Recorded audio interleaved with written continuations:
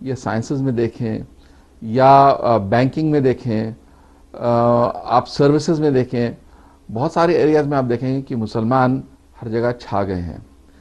امریکہ میں، یورپ میں بھی اگر آپ جا کر دیکھیں تو بہت سارے میجر کارپوریشنز ہیں، کمپنیز ہیں، ایجوکیشن انسٹیٹیوشنز ہیں، اس میں انڈیویجول لیول پہ مسلمان بہت آگے ہیں. لیکن اگر ہم اجتماعی اعتبار سے اگر دیکھیں تو ہمارا انسٹیٹیوشن تو نہیں ہے، ہم نے تو وہ انسٹیٹیوشن نہیں بنایا. وہ انسٹیٹیوشنز جو مسلم ممالک میں ہونے چاہیے وہ موجود نہیں ہیں.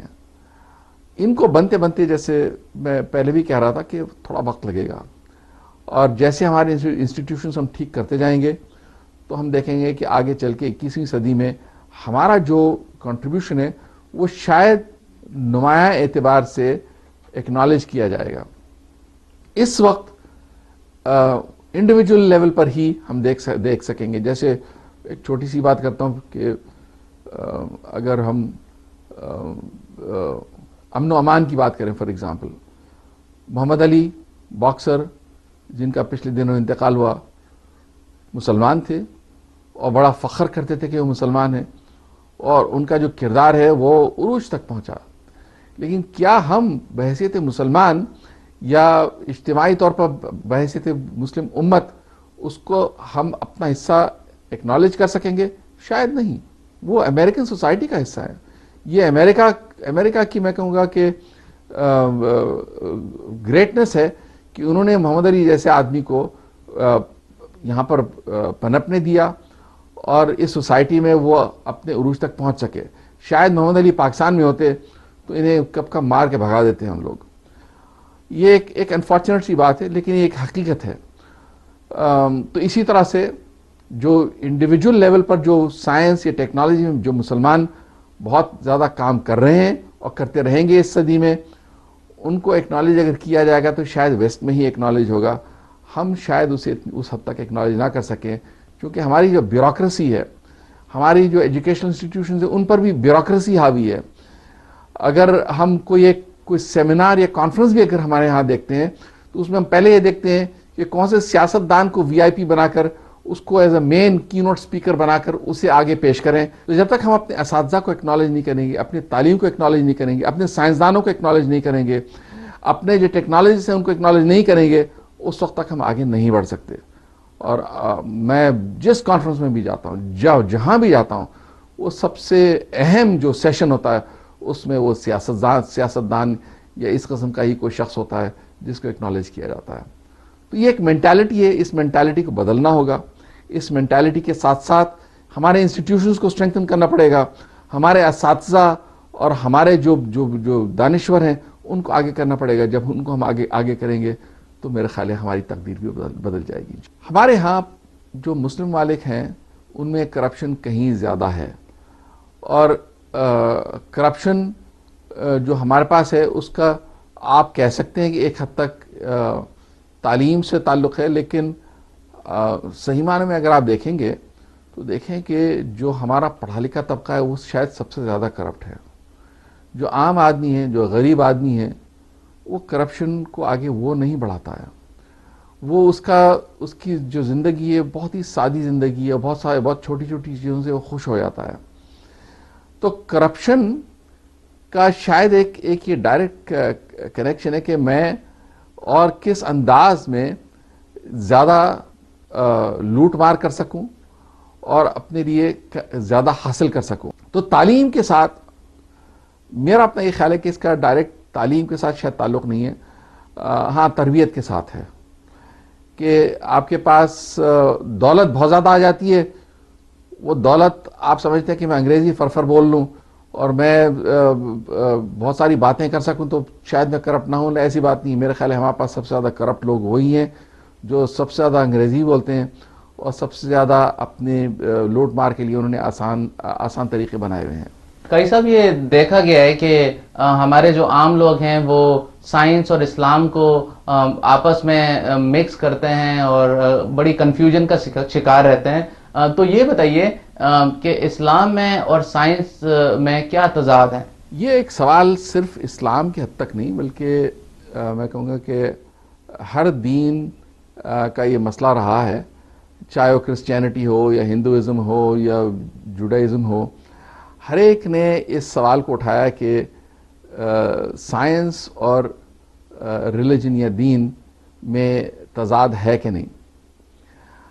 جہاں تک کہ اسلام کا تعلق ہے، میں یہ تو جنرل ایک سوال تھا، لیکن جہاں تک اسلام کا تعلق ہے، اسلام میں بہت سارے لوگوں نے آگے بڑھ کے کتابیں بھی لکھی کہ بھی جو قرآن ہے، قرآن اور سائنس میں کوئی تضاد نہیں. البتہ قرآن میں بہت ساری ایسی باتیں لکھی ہیں جو بالکل سائنس کے مطابق ہیں. میرا اپنا یہ خیال ہے کہ یہ ایک بہت ہی غلط سوال ہے، اس کا سوال اٹھانا ہی نہیں چاہیے، اور اس کی 2-3 وجوہات میں آپ کو بتاؤں گا. کہ اللہ تعالیٰ نے اپنا جو دین ہمیں جو دیا ہے وہ اس لیے دیا تاکہ آپ اپنے روزمرہ کے طور طریقے ہیں اس کو ٹھیک کریں اور ایک اچھی زندگی بسر کریں. جو آپ کو ہدایت دی گئی ہے وہ ہدایت کے مطابق آپ ایک اچھے انسان اور اچھے مسلمان بنیں اور اپنی آخرت تک پہنچیں. یہ ایک بیسک جو دین کا میسج ہے.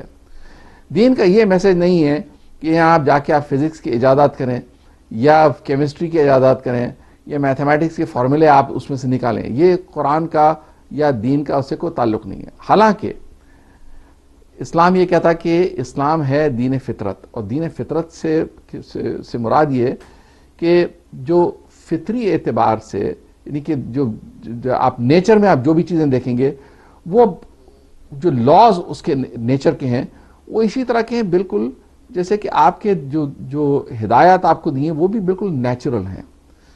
یعنی انسان کی انسانیت اس وقت ابھرتی ہے جب آپ انسان کے لیے آپ محنت کریں اور انسانیت کے لیے محنت کریں اور ہم ایک اچھے انداز میں اپنی زندگی بسر کر سکیں. اور اچھائی بیسکلی فطری ہے.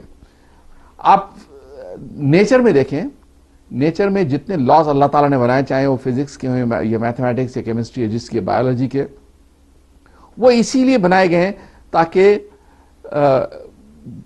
کائنات میں بہتری ہو.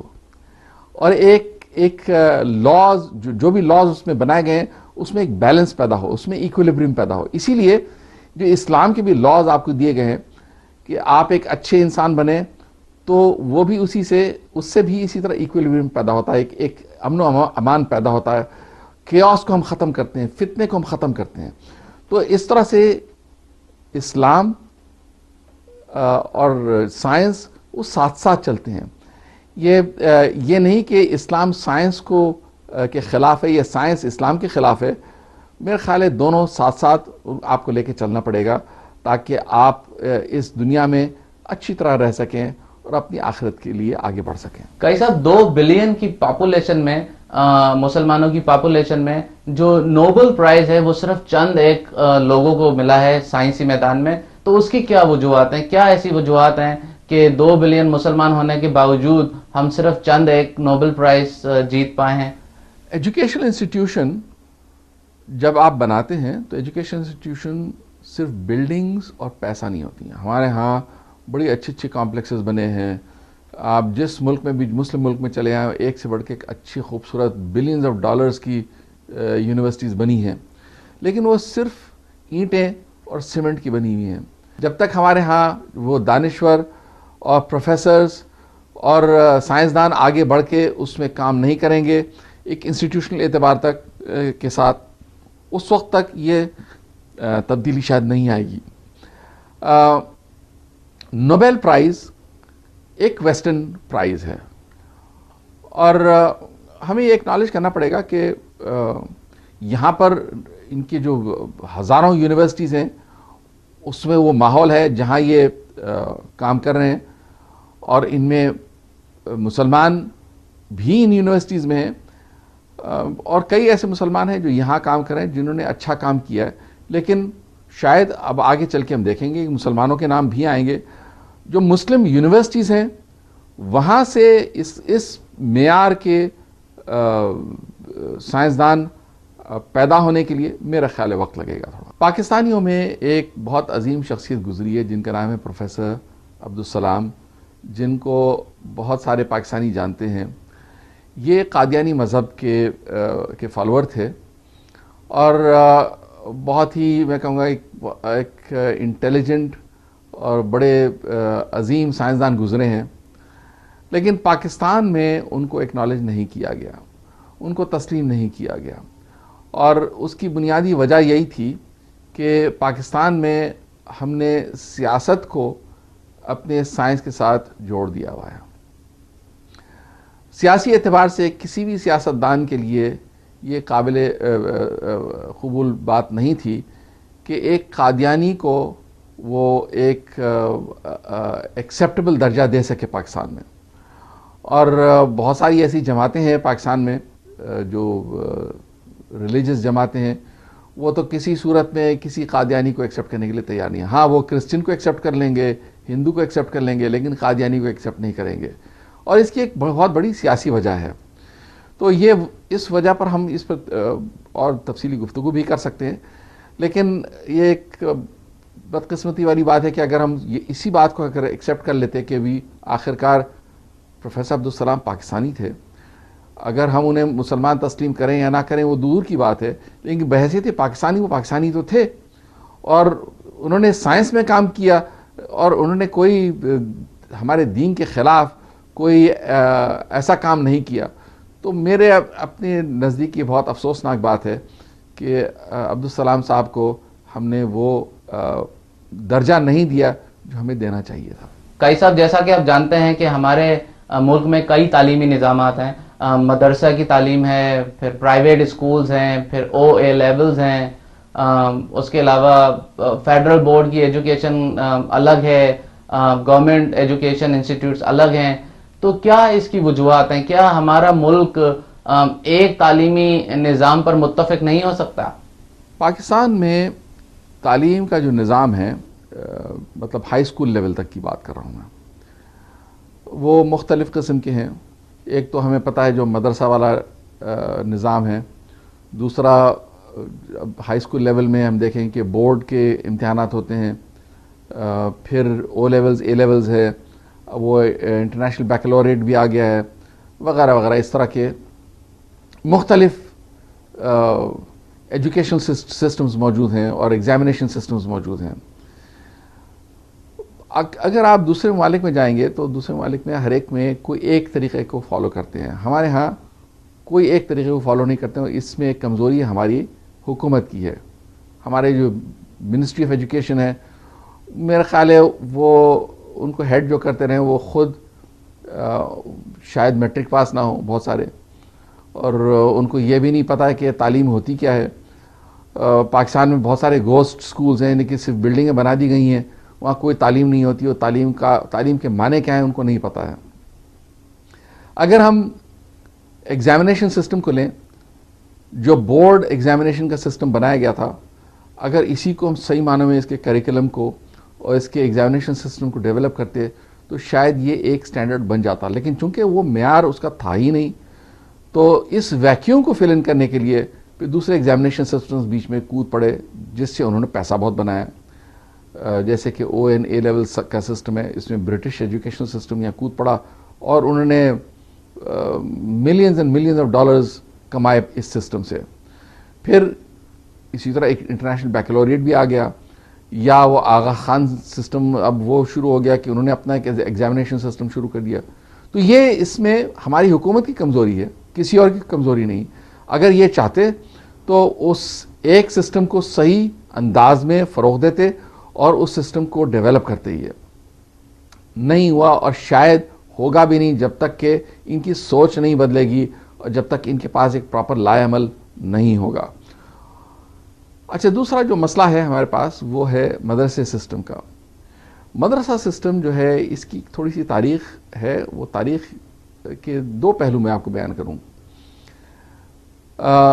جو مدرسہ سسٹم ہے دیٹ از بیس، جو اس کا بیسس ہے وہ ہے درس نظامی، اور درس نظامی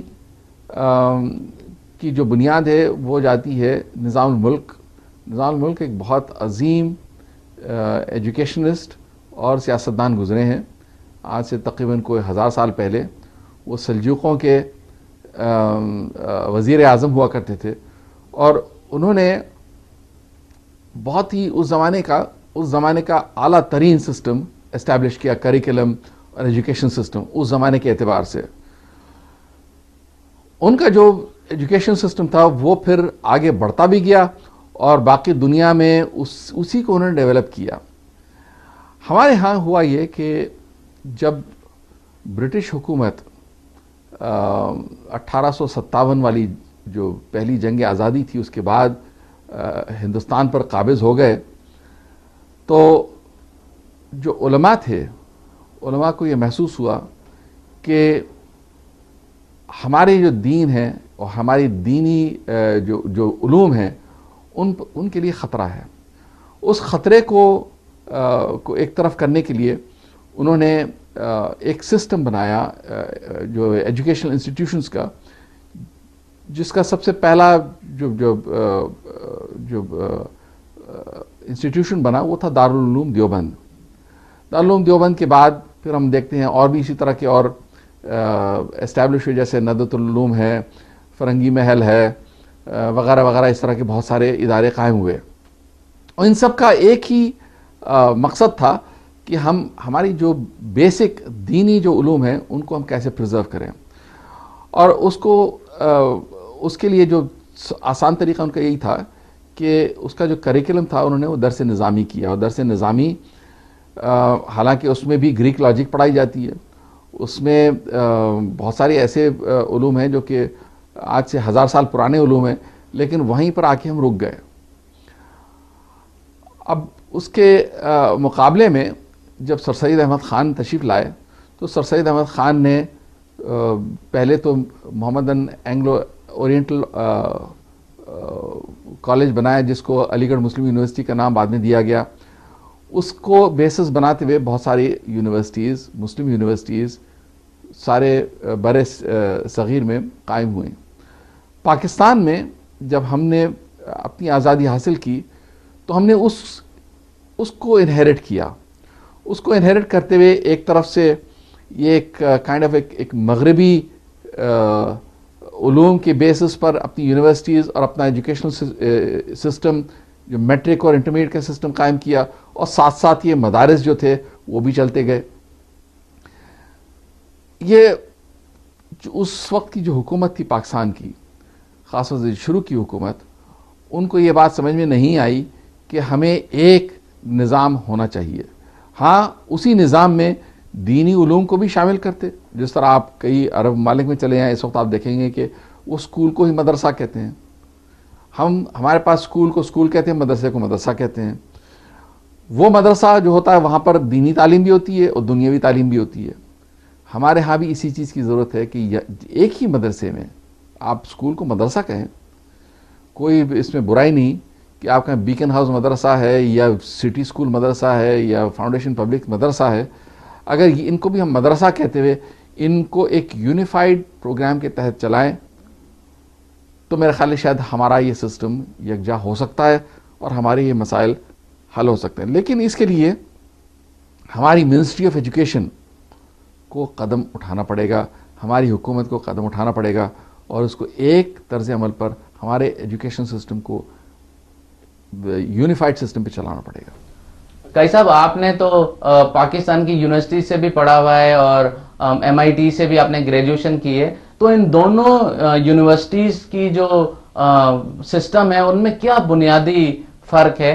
کیا وجوہات ہیں کہ جو ہماری یونیورسٹیز سے پڑھ کر نکلتے ہیں وہ سوائے چند ایک کے اپنا نام اتنا بلند نہیں کر پاتے, اور جبکہ جو MIT کے یا آکسفورڈ کے لوگ ہوتے ہیں وہ ساری دنیا میں اپنا نام کر پاتے ہیں اور بڑے بڑے لیڈرز اور بڑے بڑے انوینٹرز اس طریقے کے لوگ نکلتے ہیں؟ تو کیا بنیادی وجوہات کیا ہیں؟ ہمارا جو اوورال ایجوکیشن سسٹم ہے وہ اب بھی جیسے روٹ میمورائزیشن والا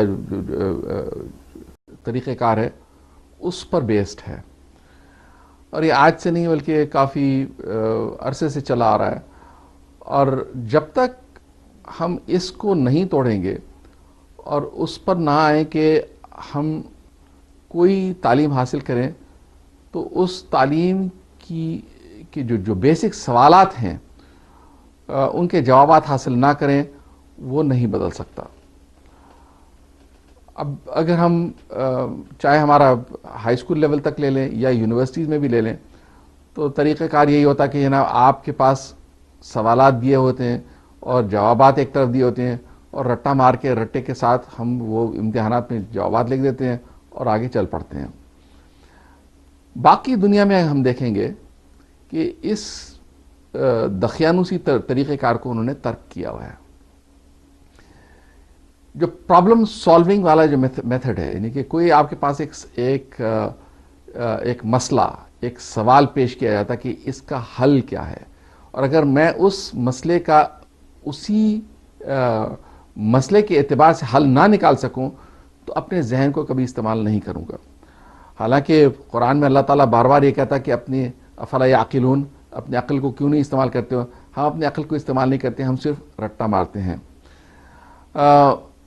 ڈیولپمنٹ اسی وقت ہو سکتا ہے جب ہم اس میتھڈ کو چینج کر دیں. مغربی یا مغرب کے علاوہ دوسرے مسلم ممالک میں بھی اب ہم دیکھیں گے بہت ساری ایسی یونیورسٹیز اور ایجوکیشن انسٹیٹیوشنز آ گئے ہیں جہاں یہ پرابلم سالونگ والا میتھڈ جو ہے یہ ایک بیسک میتھڈ ہے، اور ہر بچے کو شروع سے کوئی بھی ایک چیز لے کر اس کو پہلے اسے دکھائی جاتی ہے، کہتے ہیں کہ اس پر تم غور کرو، غور و فکر کرو، اس سے سیکھنے کی کوشش کرو. اس میں جو اللہ تعالیٰ نے جو چیزیں پیدا کی ہیں، جو اصول دیے ہیں، فزکس میں ہو یا کیمسٹری میں ہو یا میتھمیٹکس میں، اس پہ غور کرو، غور کر کے اس کا حل سمجھنے کی کوشش کرو. تو ہماری جو روزمرہ کی جو چیزیں ہوتی ہیں اس سے ہم پھر سائنس کو ریلیٹ کر سکتے ہیں. ہمارے پاس کیا ہوتا ہے کہ ہم اس کو ریلیٹ نہیں کر پاتے. مجھے یاد ہے کہ جب میں اپنی انٹر کر کے نکلا اور پہلی دفعہ میں ترکی گیا، ترکی میں یونیورسٹی میں تھا، تو میں پہلے سیمسٹر میں پہلا امتحان جو میرا میتھمیٹکس کا تھا اس میں تقریباً فیل ہو گیا. حالانکہ میں ہمیشہ میتھمیٹکس میں 100 میں سے 100 لیتا رہا. اس وقت مجھے احساس ہوا کہ یہاں پر جو تعلیم کا طریقہ ہے وہ بالکل ہی مختلف ہے، اور اس میں جب تک میں غور و فکر نہ کروں اور اس کی بیسس پر اس کے فاؤنڈیشن پر تک نہ پہنچوں، اس وقت تک میں اپنے امتحانات میں کامیابی حاصل نہیں کر سکوں گا. تو یہ ایک بیسک ڈفرنس ہے میرا خیال ہے. قائی صاحب، any advice for Pakistani government اور مسلم گورنمنٹ، ایسا وہ کیا کریں کہ تعلیمی نظام میں بھی وہ دنیا کے شانہ بشانہ کھڑے ہوں اور سائنسی میدان میں بھی وہ لوگوں کا، دوسری دنیا کا اور ویسٹرن ورلڈ کا مقابلہ کر سکیں؟ تو کیا سجیشنز ہیں آپ کے؟ ہماری over all government policy education کے حق میں نہیں ہے. ایجوکیشن، یہ تعلیم جو ہے وہ صرف اس کو آپ آئسولیٹ کر کے نہیں دیکھ سکتے ہیں، اس کے ساتھ ساتھ ہماری تربیت بھی ضروری ہے. اور تربیت اور تعلیم اگر ویلیو بیسڈ ہو، جس میں ہم اچھے سٹیزن اگر بن سکیں تو دونوں ساتھ ساتھ چلیں گے، اور ہماری جو اوور آل ڈیولپمنٹ ہے اس میں بڑا فرق پڑے گا. حکومت پاکستان کو، میرا اپنا یہ خیال ہے کہ جو بیسٹ پریکٹسز ہیں دنیا میں، ہر یونیورسٹی کے جو بیسٹ پریکٹسز ہیں ان کو اپنانا چاہیے، اور جو ہمارے کریکولم کو اس اعتبار سے بنائیں، ہمارے ایگزامینیشن میتھڈالوجی کو، ہمارے جو ٹیچرز ہیں ان کو پھر آپ لے آ کر یا تو اور جگہوں پر ان کی ٹریننگ کروائیں، یا باہر سے جو اچھے جو مدرس ہیں ان کو لا کر ہماری ٹریننگ کروائیں اپنے ٹیچرز کی، ووکیشنل ٹریننگ ان کی، تاکہ ان کی سوچ بدلے کہ جب ہم تعلیم دیں اپنے بچوں کو تو وہ تعلیم صحیح معنوں میں تعلیم ہو.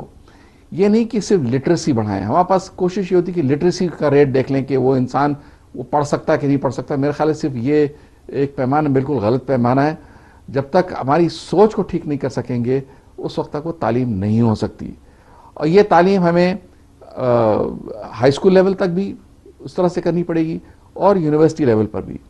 یونیورسٹیز جو معیاری یونیورسٹیز ہیں ان کے جو بیسٹ پریکٹسز ہیں انہیں ہمیں اپنانا پڑے گا. قائی صاحب، بہت بہت شکریہ ہمارے پروگرام میں آنے کا.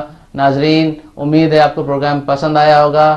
ناظرین، آج بھی جب میں مسلمان یا پاکستانیوں سے کوئی سائنسی یا کوئی تعلیمی باتوں کی ڈسکشن کرتا ہوں تو وہ ہمیشہ بو علی سینا یا جابر بن حیان یا دوسرے ایسے مسلمان جنہوں نے آج سے 500 یا 1000 سال پہلے بہت نمایاں کارکردگی کی تھی اور انوینشنز کی تھی، ان کی باتیں کرتے ہیں.